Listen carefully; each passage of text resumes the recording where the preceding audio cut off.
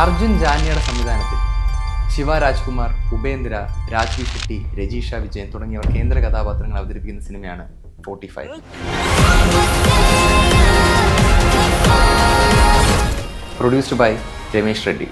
Cinema ഇറങ്ങുന്നതിന് മുൻപ് തന്നെ സിനിമയുടെ കാസ്റ്റ് കൊണ്ട് നമ്മളെല്ലാം ഞെട്ടിപ്പിക്കുന്ന ഒരു ട്രെയിലർ റിലീസായിട്ടുണ്ട്. ട്രെയിലർ കണ്ടപ്പോൾ തന്നെ എനിക്ക് റിലേറ്റ് ചെയ്യാൻ തോന്നിയത് മാഡ് മാക്സുമായിട്ടൊക്കെയാണ്. കാരണം മാഡ് മാക്സിലെ പോലത്തെ തന്നെ ഒരുപാട് വാഹനങ്ങളും അത്തരത്തിലുള്ള ഡെസേർട്ടിലെ കുറേ ഷോട്ടുകളും ഒക്കെ നമുക്ക് ഈ സിനിമയിലും കാണാൻ സാധിക്കും. ഒരു വിഷ്വൽ ട്രീറ്റ് തന്നെയാണ് ട്രെയിലർ ഒരുക്കി വെച്ചിട്ടുള്ളത്. ഒരു പർട്ടിക്കുലർ കാലഘട്ടത്തെ കാണിക്കുന്ന രീതിയിലാണ് ഈ സിനിമയിൽ പല വെപ്പൺസും വാഹനങ്ങളും ബൈക്കുകളും എല്ലാം ഡിസൈൻ ചെയ്തിരിക്കുന്നത്. നമുക്ക് പലയിടത്തും ശിവന്റെ പുരാണങ്ങളുമായിട്ട് ഒരുപാട് റിലേറ്റ് ചെയ്യാനായിട്ട് സാധിക്കും. നമുക്കൊന്നും കണ്ടും കേട്ടുകേൾവി പോലും ഇല്ലാത്ത ഒരുപാട് സാധനങ്ങളാണ് ഈ സിനിമയിൽ ഉടനീളം ഉപയോഗിച്ചിരിക്കുന്നത്. നമുക്ക് ട്രെയിലറിൽ നിന്ന് മനസ്സിലാവും. അതുപോലെ തന്നെ നമുക്ക് ട്രെയിലർ കാണുമ്പോൾ മനസ്സിലാവും ഇതിലൊരു പർട്ടിക്കുലർ സീനിൽ ശിവന്റെ ട്രൈഡന്റ്, ആ തൃശൂലത്തിന്റെ ഷേപ്പിലുള്ള ഒരു ആയുധമാണ് യൂസ് ചെയ്തിരിക്കുന്നത്. രണ്ട് ഗ്രൂപ്പുകൾ തമ്മിലുള്ള ഒരു യുദ്ധം നമുക്ക് ട്രെയിലറിൽ നിന്ന് മനസ്സിലാക്കാൻ സാധിക്കും. എൻ്റെ ഒരു ഊഹപ്രകാരം ഇത് മിക്കവാറും ഉപേന്ദ്രയും ശിവ രാജ്കുമാറും തമ്മിലുള്ള രണ്ട് ടീമുകൾ തമ്മിലുള്ള ഒരു യുദ്ധമാവാനാണ് സാധ്യത. ഈ യുദ്ധങ്ങളിലെല്ലാം തന്നെ ശിവന്റെ പുരാണങ്ങളുമായിട്ട് റിലേറ്റ് ചെയ്യാൻ പറ്റുന്ന ഒരുപാട് റെഫറൻസുകളുണ്ട്. പിന്നെ ശിവ രാജ്കുമാർ ഒരു പ്രത്യേക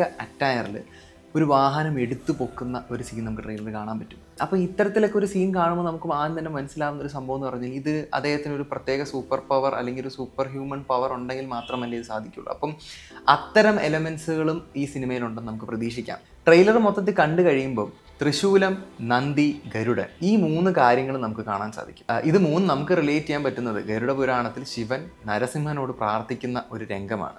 എനിക്ക് തോന്നുന്നു സിനിമ മിക്കവാറും ആ ഒരു രംഗത്തെ റിലേറ്റ് ചെയ്തുകൊണ്ടായിരിക്കണം എടുത്തിരിക്കുന്നതെന്നാണ്. സിനിമയുടെ ട്രെയിലറിലെ വിഷ്വൽസ് ഒക്കെ കാണുമ്പോൾ തന്നെ നമുക്ക് മനസ്സിലാവും ഒരു ഭീകര സ്കെയിലാണ് ഈ സിനിമ എടുത്തിട്ടുള്ളതെന്ന്. ശിവ രാജ്കുമാറും ഉപേന്ദ്രയുടെയും തമ്മിലുള്ള ടീമുകൾ തമ്മിലുള്ള ഒരു ക്ലാഷ് അല്ലെങ്കിൽ ആ ഒരു റൈവലറി നമുക്ക് എക്സ്പെക്ട് ചെയ്യാം. ഇനി എങ്ങാനും അങ്ങനെയാണെങ്കിൽ ഇവർ രണ്ടുപേരും തമ്മിലുള്ള ഒരു ഔട്ട് ആൻഡ് ഔട്ട് പെർഫോമൻസ് നമുക്ക് പ്രതീക്ഷിക്കാം. അത് തിയേറ്ററിൽ ഇളക്കി മറിക്കും എന്നുള്ളതിന് യാതൊരു സംശയം വേണ്ട. പിന്നെ എടുത്തു പറയേണ്ടതില്ലല്ലോ രാജ്വി ഷെട്ടി. അദ്ദേഹം തീർച്ചയായിട്ടും ഇതിനകത്ത് ഒരു ഞെട്ടിക്കുന്ന കഥാപാത്രം തന്നെയായിരിക്കും. കാരണം രാജ്വി ഷെട്ടിയുടെ പിന്നിലോട്ടുള്ള ഫിലിമോഗ്രഫി എടുത്ത് നോക്കുന്നത് എല്ലാ കഥാപാത്രങ്ങൾക്കും ഒരു കൃത്യമായിട്ടുള്ള വ്യത്യസ്തത കൊണ്ടുവരാൻ അദ്ദേഹം ശ്രദ്ധിച്ചിട്ടുണ്ട്.